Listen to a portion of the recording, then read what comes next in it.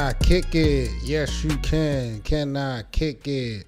Yes, you can. You already know the vibes. Let's get it together, man. Let's get this thing together. Let's get it rock and rolling. So what I'm here tonight to talk about is the Philadelphia 76ers, man. I want to talk about the Philadelphia 76ers. I want y'all to take a look because this new look, Philadelphia 76ers, is really going to be a dangerous team. This is one of the teams that we really haven't talked about in the offseason as far as being one of those, not to say dominant, but one of those teams expected to be serious coming out of the Eastern Conference next year. But they just made an addition with Montrezl Harrell. Now, I know people are like, yo, what does Montrezl Harrell, what is he going to actually bring to the table? We're going to get into that and all that here at the Best of 7. Big up to my brother B.A. Get Your Bars Media is in the building. Salute to you, my G. Make sure y'all hit that like button so the live stream can get out to the world, man. Want to chop it up and just talk about the Philadelphia 76ers, man. Just real quick. Like I said, with this addition of Montrezl Harrell, what does that do for this team? It gives them way more grit. I thought Montrezl Harrell was done. We talked about on my show since when he had that marijuana trafficking situation where he got locked up. I thought his career was just about over. Remember, this happened just around restricted free agency time. Charlotte wound up letting him go. I thought really he was more of a liability than an asset, but he got a second chance to get this thing right. And he got picked up by Philly. And you look at Philly, who they got? James Harden. Somebody that definitely got a point to prove coming up this season. A big one. Joel Embiid. Some people feel like he got robbed in the MVP race versus Nikola Jokic. You know, Joel's going to have something to prove. PJ Tucker. Go to Miami. He goes to Milwaukee. Win. He goes to Miami. You know, they continue to be a winning ball club, then win a championship. He's going to bring that same toughness, that same experience, especially towards the second half of the season and in the playoffs. He's going to bring that to Philly. And these are big, tough bodies. So if you do get an injury here and there between Joel Embiid or maybe James Harden, where guys may have to take a couple of games off, their roster is filling up really nice, in my opinion. Tobias Harris, you got coming back. You know how Maxey played last year. We expect him to play well. This Philadelphia team, because of the toughness that they now have, with the addition of Montrezl and with the simple fact that those guys kind of individually got more to prove now than ever, we got to keep this shit real. I think Philly is one of the top maybe 3 teams to look for coming out of the East. Now, Cleveland with Spider-Man, bro, is definitely going to be a playoff team. I predicted that when the trade was done. Some people feel like Donovan is going to need some help in Cleveland. Donovan actually got help. Cleveland wasn't that bad of a team last year, if people remember. Now, this is the Eastern Conference where it's a roller coaster, but he really did play pretty well. I'm not going to lie. But I do want y'all to look at this real quick. This is the new look Philadelphia 76ers, right? But this is really what we have all over again. This is the Philadelphia 76ers ball club. We got Daryl Morey, who's in the front office with Philly. We got James Harden, who's in the front office. who plays now with Philly. PJ Tucker now with Philly. Montrezl Harrell now with Philly. And these other 3-4 guys currently with Philly, they all played with the Houston Rockets. So I did find that to be kind of odd and crazy. Daryl Morey working that magic to get his guys in Philly. Hopefully they can kind of do it again. The Philadelphia Rockets. Daryl Morey over there, man. I don't know what's up with him. What he cooking up, man. Daryl Morey might need to be drug tested. I'm not even going to lie. You smoke crack, don't you? You smoke crack, don't you? But yeah, man, I really like that particular unit with the Philadelphia 76ers, man. If they can stay healthy, I really think that they are going to be a team to beat. I'm not even going to hold you. When we talk about the Eastern Conference, though, who's the best backcourt in the East? Let's keep it a stack. Like right now, if everybody been healthy, who got the best backcourt in the Eastern Conference? Is it Boston with Jaylen Brown and Marcus Smart? Is it Philly, who we just talked about with Maxey and James Harden? Is it, of course, Kyrie and maybe Ben Simmons? We got Spider-Man, Donovan Mitchell, and Garland. And then, of course, we got Trae Young and, what's his name? Javonte Murray. Am I pronouncing his name right? I feel like I'm mispronouncing his name. BA say his Brooklyn. Out of this lineup right here, out of these choices, you going with Kyrie and Ben Simmons over Marcus Smart, defending defensive player of the year, Jaylen Brown, who really stepped it up for Boston? I don't know. I think Kyrie Irving is better than all these guys. Don't get it twisted. Ben Simmons, probably more skilled, talented than probably all these guys. But it's the intangibles. It's like, yo, we got to see it to believe it when we talk about these guys coming out of Brooklyn. It's amazing how many years they've actually been under contract in a uniform, but how short of a, sample size we done got of them doing anything. I think that's kind of crazy, but I would probably say Boston. I would say Boston because Jaylen Brown is a good two-way defender. So I feel like on both ends of the court, Ben Simmons is a 3-time All-Star, though. I don't know, man. And then you got Donovan Mitchell is not to be slept on. Not at all. The Atlanta backcourt gives you hella offensive firepower. Philly ain't the backcourts for the East is not to be played with. This is probably a conversation I probably want to have in a specific debate later on in the season because those guys do look kind of serious, man. I'm not going to lie. This is the Best of 7 Sports Talk. We live streaming here on the YouTube channel. Please hit that like button for the kid. Let's get this video out into the NBA community. Appreciate everybody stopping by. Like I was saying earlier, man, I just feel like and look, let me see. I think I did have it. Yeah, this is the Brooklyn Nets roster. Ben Simmons, Kyrie, Royce O'Neal, KD, Seth Curry, Joe Harris, Patty Mills, TJ Warren, Nick Claxton, and Cam Thomas. Pretty solid squad. I'm not going to hold you. I just don't think that even if healthy, Philly is serious. Philly is serious. But you got Kevin Durant and you got Kyrie. It's about Ben Simmons, yo. I'm not going to say Brooklyn is only going to go as far as Ben Simmons take them. But I don't know, yo. I think Ben Simmons, his role in this thing is just going to be huge.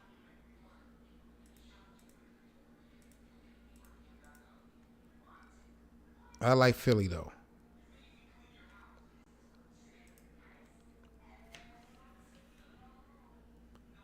Bleacher Report. They list their top 5 villains in the last 10 years. This was an interesting one. I didn't see this one coming, and I'm looking at the actual 5 names listed. I think they got it right, but I'm wondering if they got the order correct. Should Kyrie Irving, but first of all, let me ask that. Should Kyrie Irving belong in this top 5 villains in the last 10 years? The way the media, the way the public went at him about the vaccination and other things, I would have thought Tyree would have cracked this top 5 list. I'm not going to lie, especially over Chris Paul. I mean, Chris Paul is definitely, you could say, the bad guy according to people on the court. But off the court, Chris Paul seems to be, faking the funk when it comes to public relations. So I'm kind of surprised that Chris Paul made the top 5, to be honest, even though I know he's one of those all-time. He can get dirty. Chris Paul can definitely get dirty. And then they got Kevin Durant at number 4 as one of the top 5 villains in the last decade. I can agree with KD being number 4. I probably would rank KD a little higher just for the simple fact that he is the one that do a lot of, talking back. He'll get on social media and turn it up a lot. Draymond does that, but, Draymond got a podcast and a platform and all that. Patrick Beverley, he doesn't bite his tongue, but we don't see him on camera a lot unless he's invited somewhere. James Harden made number 3 over Kevin Durant. I didn't realize that James Harden would be considered a villain. Only thing that comes to mind to me when it comes to Harden is pretty much being overrated, not getting the job done.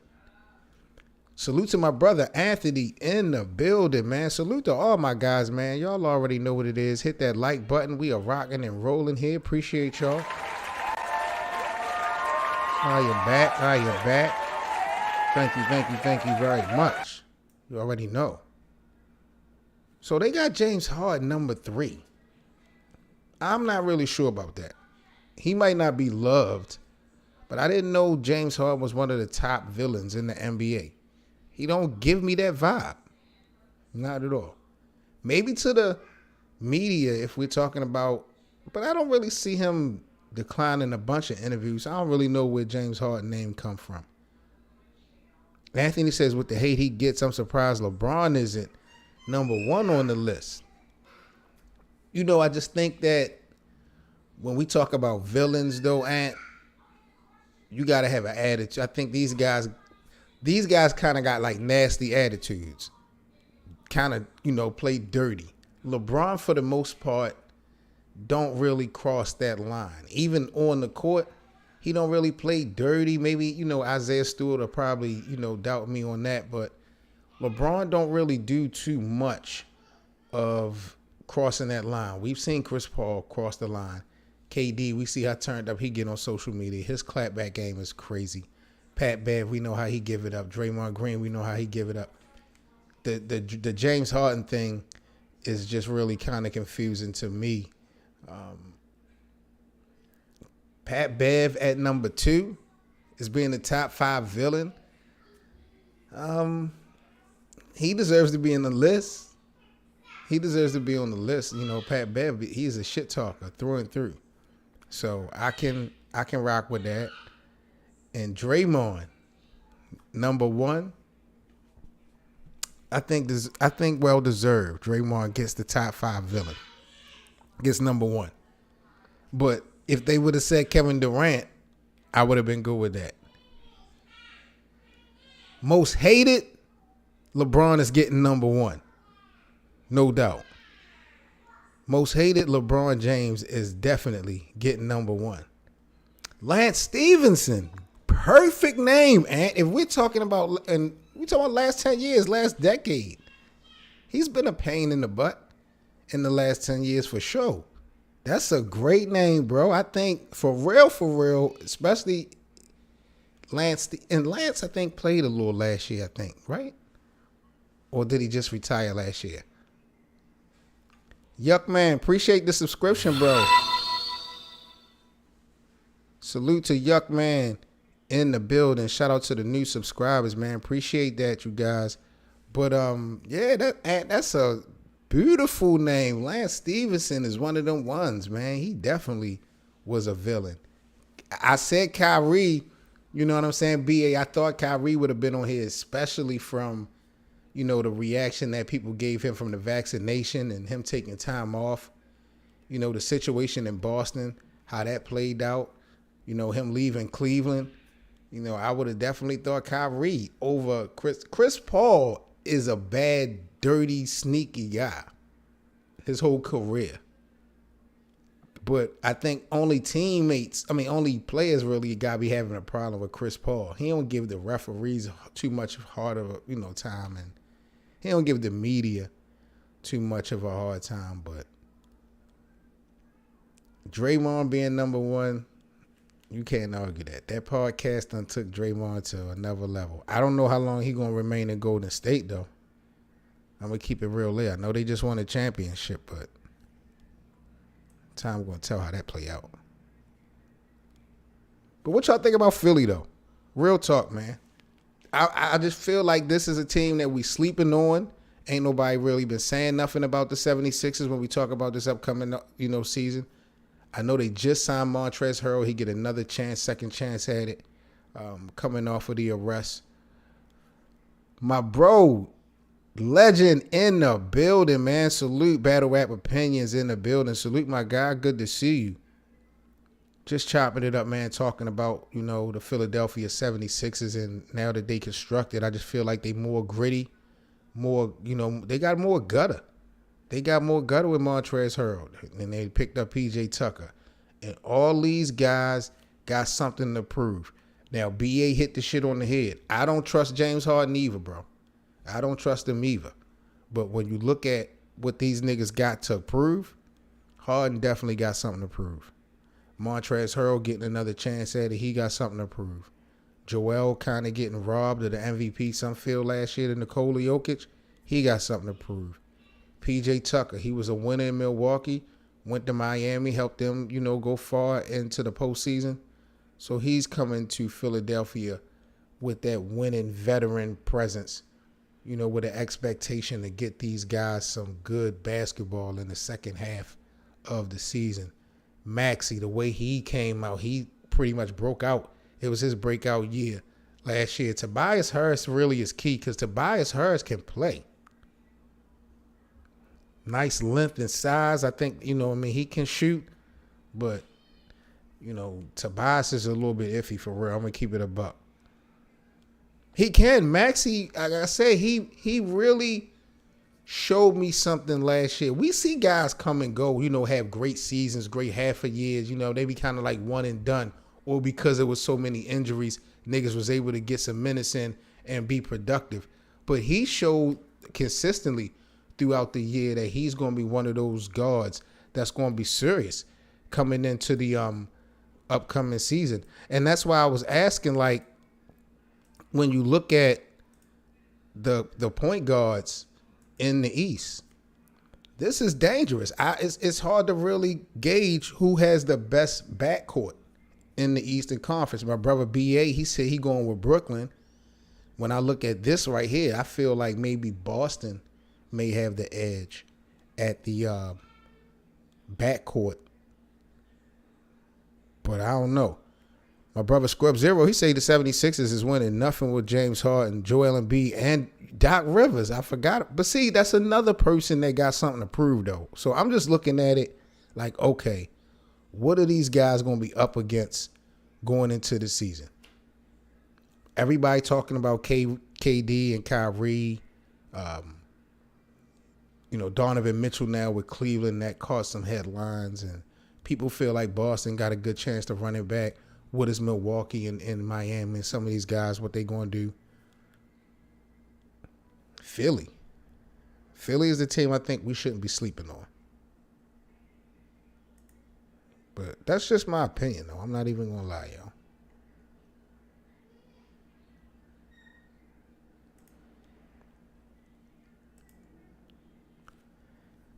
I like him. I like Maxey. I want to see how tough he is. You know what I'm saying? I want to see how tough he is. His work ethic is definitely crazy. I just want to see how tough he is. Is he going to be able to bang with some of these guards when we get into the playoffs? Because y'all know the games slow down. It becomes more of a half-court game when we get into the postseason. And shit get a little bit tougher. You know what I'm saying? He got a little bit of that experience last season. But, DeMar DeRozan and, some of these other guys, Ben Simmons coming back, he might not play the guard position, but you got so many guys coming back from injury. The season is going to look a little bit different. So, but he's surrounded by tough guys. They brought in Montrezl Harrell, P.J. Tucker, Joel Embiid ain't no sucker. James Harden, he ain't no goon, but he, former MVP. But the simple fact that these guys, for the most part, look how many of the Houston Rockets, of the Philadelphia 76ers were former Houston Rockets. This is crazy.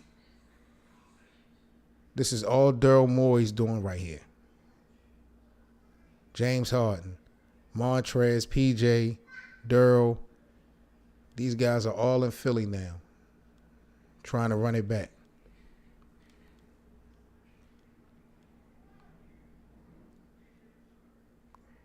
Yeah, great potential. But you know, bro, when even at a young age, you're gonna have to play both sides of the court. That's why I said we're gonna have to see what he brings to the table during the second half. Cause he gonna have to play defense. But that damn sure look like the Philadelphia Rockets. You ain't lying about that. But I like this ball club, yo. I like this look. They really didn't give us a lot to talk about in the offseason. But picking up these tough guys, giving Montrez another chance, yeah, I'm feeling that. I'm definitely feeling that. Boston got a good, not Boston, Brooklyn got a good lineup too.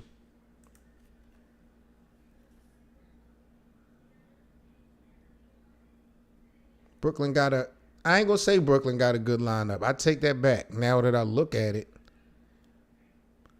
Most people are not going to be sold on Ben Simmons, but I like Ben Simmons. I've seen Ben Simmons at his best, so I know Ben Simmons can play. So I'll go with Ben. I'm going with Kyrie. I'm going with KD. I like Seth Curry. Joe Harris, I'm not sold on Joe Harris. TJ Warren, I'm not sold on him. Patty Mills, I'm not sold on Patty. He can play. He just iffy. Cam Thompson, Nick Claxton, those guys are the ones who stand around baseline waiting for Kyrie and Kevin Durant to make magic. That's one of the reasons why Brooklyn be going out so early in the playoffs, because all their supporting roles, when the games are blowouts, everybody having fun. Throwing alley-oops, they playing real fast-paced basketball. But you watch any close Brooklyn Nets game, all their role players just be standing around waiting for miracles to happen. And a lot of times Kevin Durant and Kyrie come through and get it done. You know, that's what make those guys superstars. But that's not a formula for winning championships. Everybody got to get involved. It's like these guys get scared. You watch the Brooklyn Nets play in the fourth quarter and give, I would say, anywhere between a 5 or a 7 point deficit. Just look at the role players. Everybody hoping they either get a wide open shot or, you know, KD or Kyrie go ahead and execute. They don't be wanting that fucking smoke. And that's why Brooklyn, to me, ain't going to be no champions. Joe Harris, I've never been sold. He can shoot, but you got to bring more to the table than that. Straight out the jail. Straight out. I thought Montrez was done, bro. Montrez was not playing good at all. Let's keep it real. He wasn't playing good basketball, and he had a bad attitude. Restricted free agency came. Charlotte wasn't going to re-sign him anyway, but then he gets locked up on the marijuana situation on the interstate. This is all in the mix of the whole Brittany Griner shit, so it's just like, damn. This dude is really screwed his whole chance of playing basketball again. But Philly taking a chance on him. Ain't no way in the world Golden State is repeating. No way. No way. No way. No way Golden State is repeating. Hit that like button, y'all. If y'all new to the channel, man, please subscribe. Hit that notification as well. Appreciate y'all chopping it up, man. This is the Best of 7 Sports Talk. I'm Seven Mitchell. Make sure you follow me everywhere on social media. Y'all can see the social media handles below.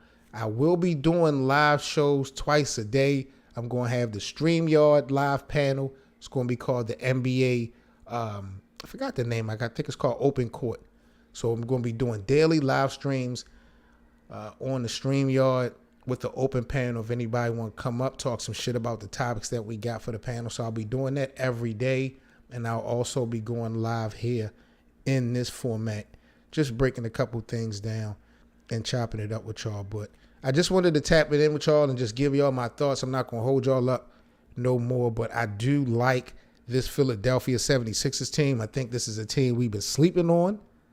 And if niggas can remain healthy, if they can remain healthy, they, to me, are a top 5 team, maybe top 3. But they all come from Houston. Daryl Morey has been doing his damn job. This is crazy. This image right here is insane.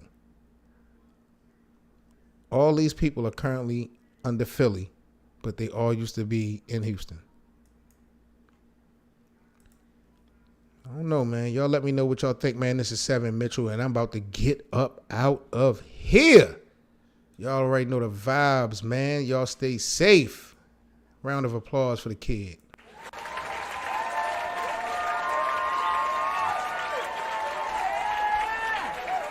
All right, y'all. Y'all be good, man. I'll holler at y'all tomorrow.